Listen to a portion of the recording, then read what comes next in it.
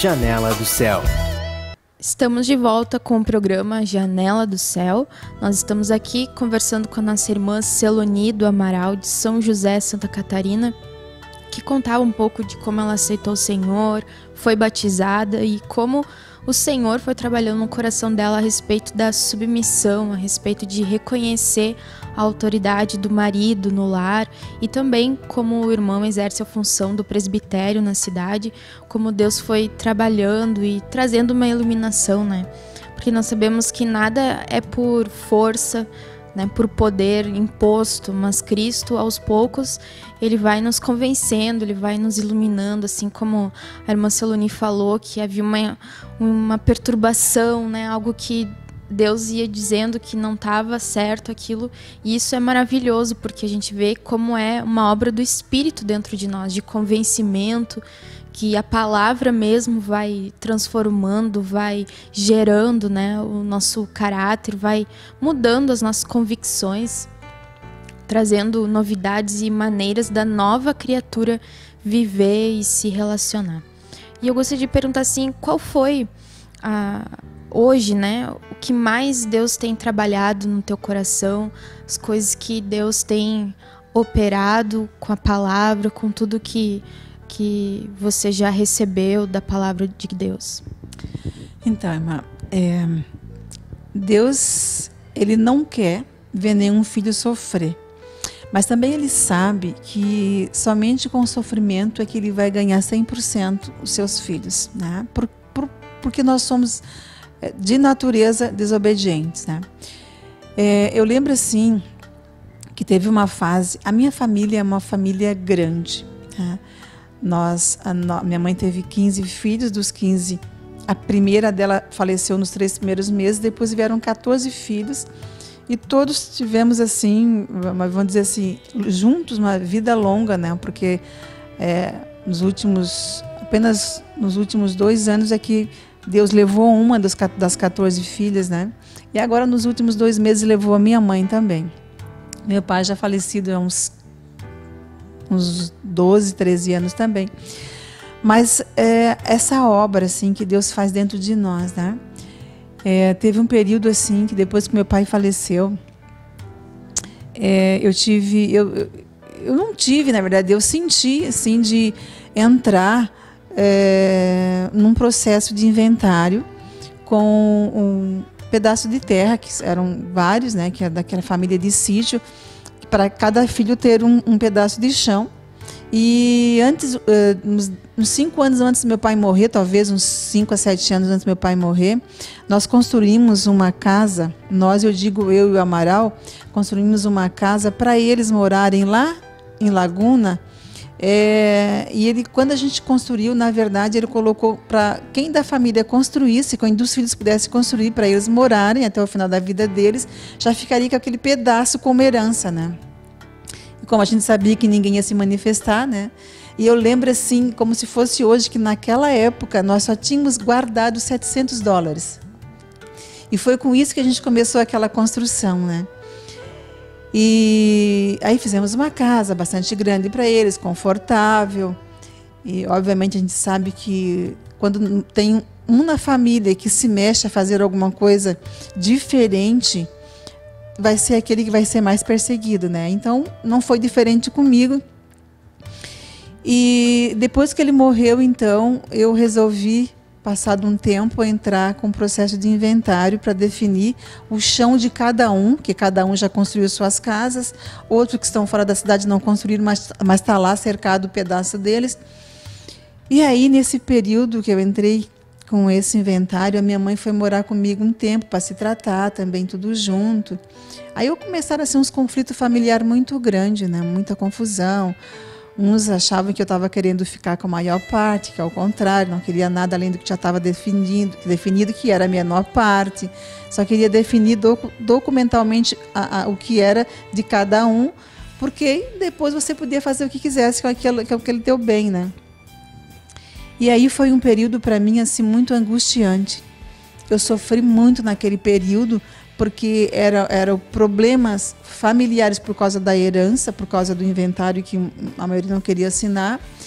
E problemas também que a minha mãe foi morar comigo e eu tinha uma irmã que era, ela, eu creio que, vou dizer que em nome de Jesus, profetizar para a vida dela, era muito possessiva e ela controlava, né, os ganhos da minha mãe, que não eram nada, eram 2 aposentadorias mínimas, mas minha mãe ficou 2 anos comigo e ela não liberou os cartões do INSS, né, dos benefícios da minha mãe para mim, né.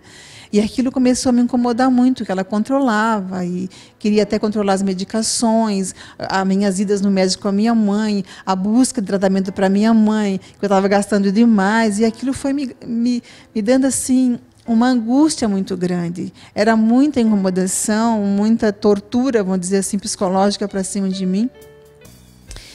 E aí eu fiquei doente, na verdade, né? Psicologicamente, emocionalmente, eu fiquei muito doente, muito abatida. Mas eu não podia me dar o luxo de ficar de cama, porque minha mãe estava comigo.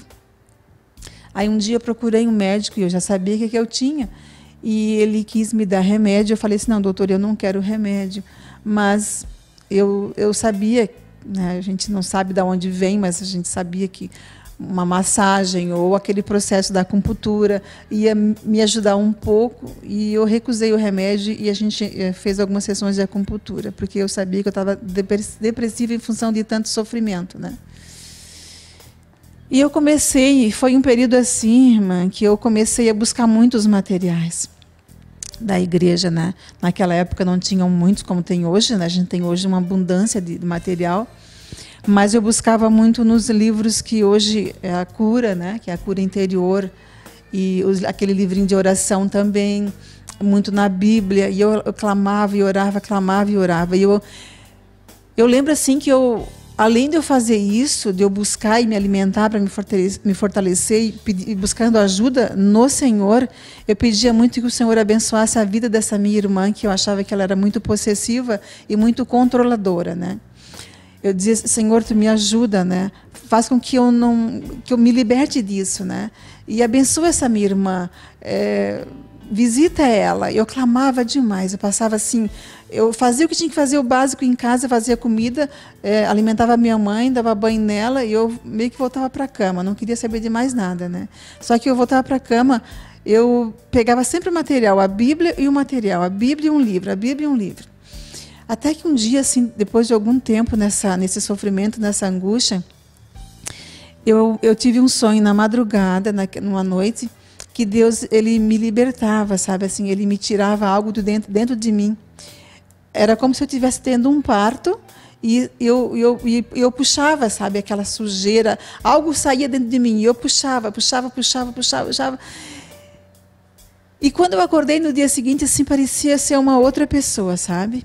Passaram 3 dias, eu senti de compartilhar com o pastor, e na hora, assim, a esposa dele me falou assim, Deus te deu uma libertação. E aí eu fui pensando assim, né, porque eu estava clamando, eu tinha clamado muito para o Senhor fazer aquilo comigo, para Ele me libertar daquilo, né? E então, assim, eu vejo que nessa caminhada com o Senhor, Deus não quer apenas te abençoar, né? Ele quer também te curar das feridas, dos traumas, porque eu sei que nada foi em vão, né? Tudo que aconteceu era previsto, era necessário que acontecesse, porque eu sempre tenho na minha mente assim, ó, Deus é um Deus de ordem. E da forma que estava aquilo lá, que a falta vamos dizer assim, de ordem, porque ninguém era dono de nada, era como se fosse cada um invadiu um pedaço e deu, né? E tudo irregular, inclusive não havia documento nenhum na prefeitura, não tinha controle nenhum, né? E eu achava que aquilo tinha que entrar em ordem, e foi justamente o que está acontecendo, obviamente, por esse processo de a maioria dos irmãos não assinarem, né? Não a maioria, acabou sendo a minoria, mas mesmo assim tem que esperar por eles. Está rolando até hoje no advogado, no juiz, né? Mas eu creio que assim foi um propósito de Deus para que isso viesse a acontecer, para tudo entrar na ordem, né? Mas eu vejo que essa cura que Deus quer fazer dentro de nós, irmã, não para somente aí, né? Porque a gente percebe assim que algo assim que tão sutil na nossa vida, né? Deus quer nos curar de tantas coisas e Ele não vai fazer tudo de uma vez só, porque são muitas, né? é a cura da ira, é a cura da própria amargura, é a cura do julgamento, né? É a cura do rancor, é a cura da indiferença, é a cura da insubmissão, né? É a cura da desobediência. Tanta coisa que o Senhor tem que fazer dentro de nós para que a gente possa se tornar vasos, como diz na palavra, para a honra e não para a desonra, né? E aí é um processo que a gente realmente tem que se entregar, né? E buscar na palavra do Senhor, porque eu vejo assim que a gente diz, a gente comenta e às vezes, a Bíblia é o manual do homem, né? Só que esse manual, ele não é lido atentamente, né? Porque ele não é apenas, vamos ler esse manual. Não, eu tenho que ler esse manual e pôr em prática o que está ali, né?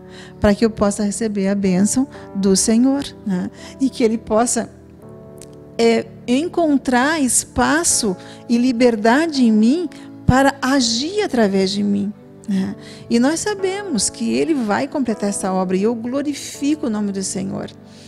Eu glorifico muito o nome de Deus, assim, por Ele ter me dado essa chance, por Ele ter me dado essa oportunidade, assim, porque eu vejo que quão maravilhoso é, e eu vou dizer para vocês algo assim da minha vida, que hoje, se não fosse a palavra do Senhor, se não fosse as ministrações, se não fosse esses materiais, talvez eu não estivesse mais aqui, porque a gente brinca às vezes, está difícil com Deus, tu imagina sem Deus no mundo em que a gente está, né? Então, hoje eu sinto paz, eu sinto vontade de viver quando eu estou lendo a Bíblia ou estou dentro da igreja. Porque nós sabemos, está escrito, né, que o mundo jaz no maligno, né? O próprio ser humano hoje, como é difícil o relacionamento. Nós somos difíceis para os outros e muito mais difíceis para Deus. E eu glorifico o nome do Senhor porque está escrito também que Ele vai terminar essa obra. Mesmo que eu não queira, eu digo assim, mesmo que eu me esperneie, Ele vai terminar. E isso para mim assim não tem preço, para agradecer a chance que Deus me deu, né? E nessa caminhada com o Senhor, eu lembro assim que quando eu comecei, eu ouvi muito assim de alguns da minha família, assim, mas tu não precisava mudar de religião, porque tu já era muito boa, né? E o boa no mundo, já sabe como é que é, né? Porque eu sempre, final de ano, por exemplo, Natal, eu era o Papai Noel da família. Então eu levava presente para todos, não esquecia nenhum, né? E então eu já era muito boa, né? Já fazia essas caridades, né? E quando eu conheci o Senhor, assim, foi tão chocante isso, assim, porque de imediato, assim, né? Foi uma das coisas que eu cortei. Árvore de Natal, enfeites e os presentes. Eu aprendi que você não precisa esperar aquela data comemorativa que o mundo comemora, de uma forma totalmente errada, para dar presente, né? Você pode presentear a pessoa independente de aniversário, independente de Natal, qualquer momento, né?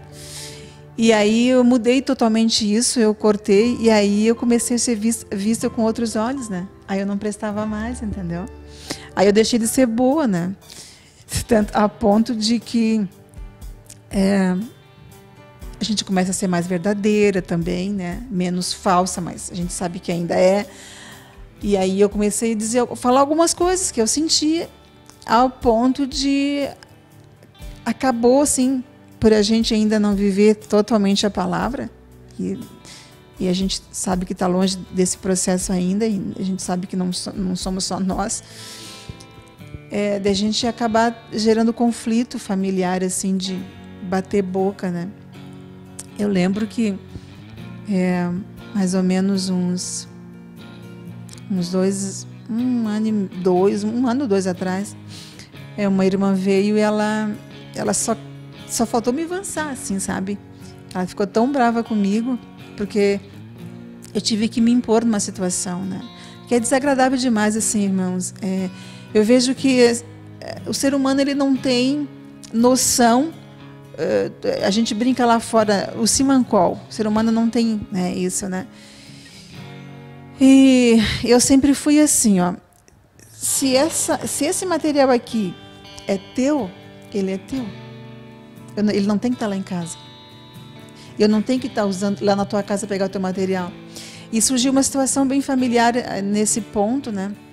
Nessa casa que a gente construiu lá em Laguna. E aí, quando a minha mãe falou assim, ó, assume a casa porque eu não tenho mais condições, a minha irmã morava do lado, assim, se extremamente, só dividia o muro, né? Como ela ficava meio que de olho na minha mãe, quando minha mãe podia se movimentar, ela se achou no direito ela lavava a roupa lá, então ela usava a máquina, ela usava energia, ela usava água, porque a minha mãe usava pouco, então não gastava a taxa, então ela dizia assim, eu vou colaborar para fazer jus e pagar essa taxa, né? E quando a minha mãe passou para mim, a casa, cuida, é tu, assume todas as coisas, aí eu cheguei para essa minha irmã e falei assim, olha, mudou agora a situação e eu vou te pedir que tu não use mais. Até porque, na verdade, assim, eu não me incomodava ela usar, porque eu não via ela usar. Mas, quando meu filho, por exemplo, ia para lá tirar uns dias de descanso no final de ano, ela também não tinha o Simancol. Eles estavam dentro de casa e daqui um pouco ela estava lá dentro usando a máquina. Ou seja, ela não, tipo assim, não, já que eles estão aí, eu não vou lá, né? Não, e aquilo eles começaram a me questionar. Porque a mãe tem que cortar com isso, porque a mãe tem que fazer com aquilo, porque eu assim, mas eu não fui eu que deixei, foi a minha mãe que deixou. E a minha mãe está viva ainda, eu não quero me incomodar. E chegou o momento que eu não aguentei, eu tive que falar isso para ela, olha, não quero mais que tu use, e aí sim, aí a coisa se debandiou assim totalmente, de uma forma que eu não esperava que fosse acontecer. Ela ficou com muita raiva e ela veio assim para me dar na cara e fez um monte de ameaças e queria saber o porquê, e gritava comigo. Eu disse, Senhor Jesus. E ela já estava, havia, na verdade, nesse período, a igreja do Senhor Jesus Cristo lá, junto da casa dela, que era uma sala comercial que ela construiu do lado. E foi aberta essa igreja em Laguna, né? E a gente ia lá ministrar a palavra. E foi um período assim bastante, vamos dizer assim, constrangedor, porque ao mesmo tempo que a gente levava a palavra, eu tinha que arrumar uma situação familiar. E, obviamente, a gente não tem habilidade, né? Só quem tem essa habilidade é o Cristo, né? E como eu tive que falar a verdade, aí a coisa se debandiou totalmente. A igreja também ficou lá menos de um ano. E hoje ela está numa denominação, diz que está feliz, que foi muito abençoada. Mas eu vejo assim que quanto sofrimento que a gente acaba tendo que passar para aprender com o Senhor que tudo poderia ser diferente. Só o teu modo de falar ou de colocar uma palavra, né? Ou de pedir uma situação, né? E aí Deus assim me leva hoje assim a orar muito por esse povo, a pedir muito e a clamar por eles, porque a gente percebe que eles não são o errado, né? Eu estava lendo no livrinho do Dano da Amargura essa semana aqui, que fala que as pessoas têm o direito de fazerem o que quiserem conosco. Mas nós é que não temos esse direito, né? Porque eles não conhecem o Cristo da forma que nós já conhecemos. E nós conhecemos, é por isso que nós temos que expressar o Cristo para eles, né? E infelizmente, irmãs, assim, não é ainda essa a realidade da minha vida, né? Então hoje eu me questiono e às vezes fico irritada comigo pelo fato de a gente ter tanto alimento genuíno, de saber de tanta verdade, porque eu digo para as irmãs assim, é duro o discurso, mas se não fosse dessa forma, a gente não conheceria a verdade, né? Porque a gente percebe que na palavra está escrito, né, que conhecereis a verdade e a verdade vos libertará, né? E nós sabemos que a verdade é o Cristo. Então nós temos que conhecer o Cristo. E ele diz que nós temos que vir após ele, né? Temos que nos negar, temos que carregar a cruz. Então o que é isso na verdade, né? Ele está te chamando assim, ó, te nega sendo mansa e sendo humilde, né? E se não tiver que falar, não fala. Porque Deus é que determina todas as coisas, né? E aí Deus quer fazer uma obra dentro de nós que, na verdade, Ele quer fazer. E a gente impede que Ele fazer. Porque a gente sai na frente do Senhor, né? É verdade. A gente sabe, né, que todos nós temos essas reações e quando vê, a gente já falou, a gente já explodiu, já reivindicou direitos, sendo que o Senhor diz, né, que nós temos que ser manso e humilde, mas nós temos essa abençoada promessa de Deus, né, de que a obra que Ele começou, Ele vai terminar e que a nossa cabe estar nos alimentando e nos abrindo para novas oportunidades em que o Senhor nos ensina, né, esses preceitos, e tem muito auxílio nos materiais, como a irmã Celoni falou. Temos aqui a Cura Interior, que fala sobre isso. Tem muito material que nos auxilia a desvendar um pouco, né, dessa confusão mental, desses sentimentos, dessas amarguras, dessas turbulências, desse descontrole, muitas vezes, do nosso temperamento, mas que o Senhor, Ele domina, né, e Ele vai nos dar essa vitória. Então, agradeço a irmã, né, por essa oportunidade de vir aqui compartilhar e que cada dia mais o Senhor possa trazer novidades, né, venha fazer essa transformação em todos nós, né, porque todos nós estamos em obras, né. Amém. Graças a Deus, assim, eu só tenho que agradecer, né, a oportunidade de estar aqui com vocês também, de fazer essa visita aqui na cidade de Barueri. E glorifico o nome do Senhor por essa obra maravilhosa que Ele está fazendo nessa cidade, né? Porque assim, a gente olha, é grandioso assim, o trabalhar de Deus e o empenho dos irmãos, assim, que Deus abençoe a todos vocês. Amém. Glória a Deus. Então nós ficamos por aqui e até o nosso próximo programa. Que Deus te abençoe. TV Menorá apresentou